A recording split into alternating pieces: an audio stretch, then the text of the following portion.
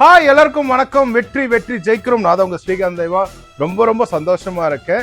ஆமாங்க, அப்பாவோட ஷோ பத்தி தான் பேச வந்திருக்கேன்.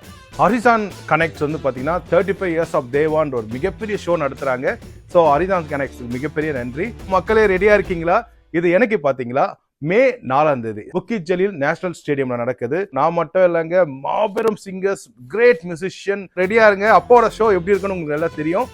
கானாக்கு கானா, குத்துக்கு குத்து, மெலடிக்கு மெலடி, ஸ்டைலுக்கு ஸ்டைலு, போக்குக்கு போக்கு, ஜாலியா திருவிழா மாதிரி இருக்க போது. எல்லாரும் வாங்க. ஓகே, டிக்கெட்ஸ் வந்து எங்க